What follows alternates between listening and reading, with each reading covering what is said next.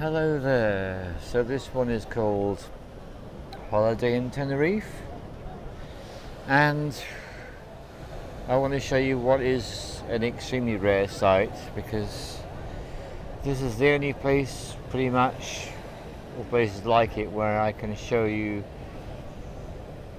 Spanish people and holiday makers as they are without masks. So it's a pretty rare sight what you're seeing. And what I'm in what we call a natural swimming pool. There is a total of 3 of them here. There's this one here, and there's another one off to the right.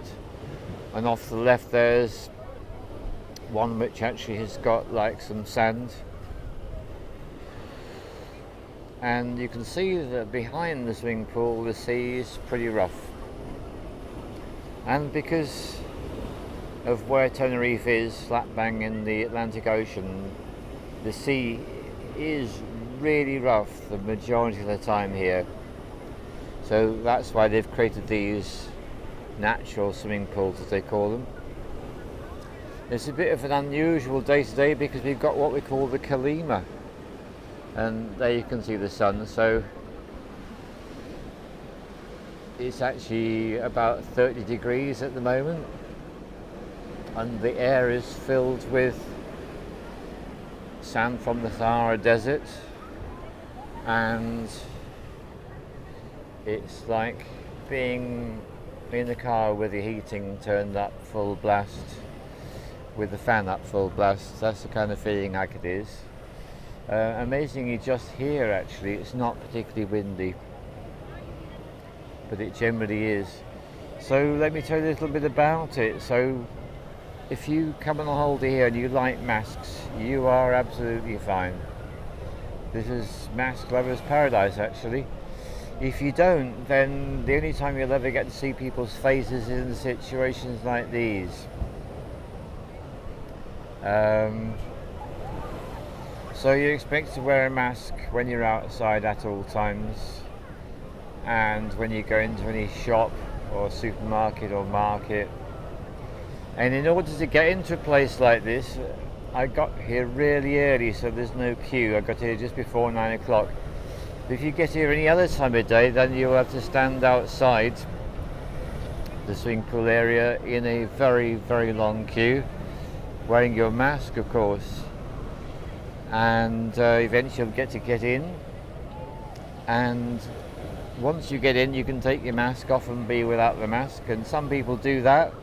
I've noticed there's a few people so attached and they're still walking around with their mask on even in here, but most they don't do that. So it's great to see people's faces. It's a funny thing. It's only when you lose something that you realise how absolutely vital it is. I find that if I can't see a human being's face, I've absolutely no idea what's going on with them at all, which I find distinctly unnerving. It's my personal opinion about it all. The other thing is, when you go into supermarket, if you go into what's called the Hippodino, someone will point an electronic gun at your head which will be testing your temperature. If you go into the Mercadona or the Supercore, then that won't happen to you. If you go into greengrocers, you'll be asked to put on some plastic gloves. You can't put on your own gloves or wear your own gloves. You put on their gloves and you can pick and choose your fruit. Everywhere else you have to pretty much have it chosen for you, like in all the markets. You can't touch anything. You just have to let the person choose what they're going to give you. The most unpleasant place to be, which is a real killjoy, is the markets, because you've got people in uniforms wandering around checking on what I would call mask adherence. In other words, if your mask isn't fully fitted in exactly the right manner, if it's not high up over your nose or whatever, then someone will tell you to put your mask on in the approved manner. Very unsettling experience that I tend to find. The other thing is, if you go into any shop, there will be hand sanitizer. In some places it's just an option. In other places it's like they will be actually squirting the stuff onto your hands if you allow them to. I've never had hand sanitizer, aka toxic chemicals, on my hand, not once. What I do is I wear gloves if there's any chance that they might be squirting it onto my hand, and the rest of the time I don't put anything on at all. And a lot of the time, if I'm going into a place it looks like there's a heavy rate of compliance, what I do is I go up to the hand sanitizer device and I pretend to squirt it on my hands, but nothing actually ends up on the hands. That's quite useful to know as well. Social distancing, anti-social distancing, really pretty much doesn't exist here. The approved distance is so close that they don't actually kind of really pay any attention to anything like that, so people just do queue up in whatever way they want to do. So those are a few things I can think of.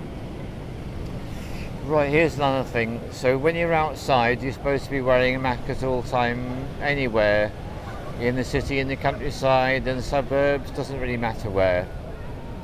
If you're in your own home or apartment, you don't have to wear a mask, but if someone who's not in your family group comes in, they are supposed to and usually do.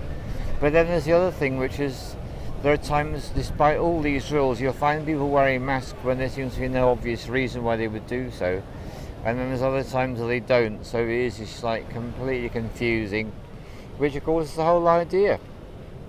So having been out here for 6 weeks, what I've tended to discover is I gravitate towards places where masks aren't necessary, such as here for example, and wild nature. If I can get far enough out into the wild nature, I'll just fuck it, I just don't do it.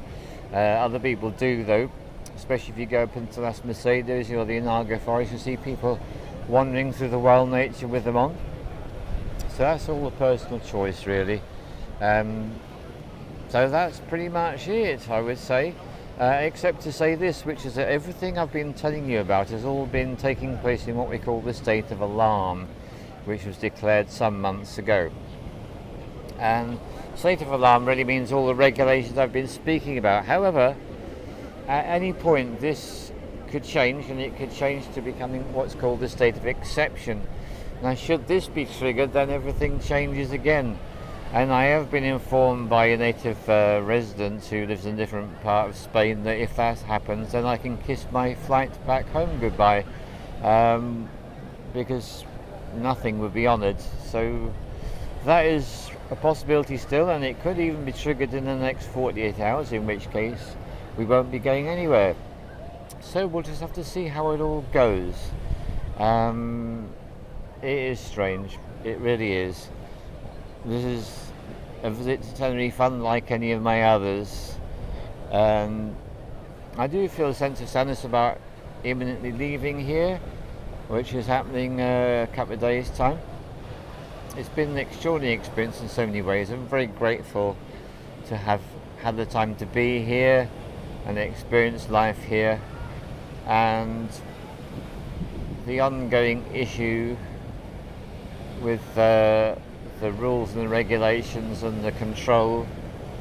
It's certainly taken a big part of the pleasure of being here away, and I have absolutely had no desire whatsoever to go to a restaurant, go to a bar, go to a cafe. Just don't want to do any of those things really. It's just hunker down and avoid as much of the bullshit as you can. And for me it's been getting to see every chance I've had the opportunity to do so. So that's why I'm so grateful to be here right now, having had a lovely swim. Okay, thank you.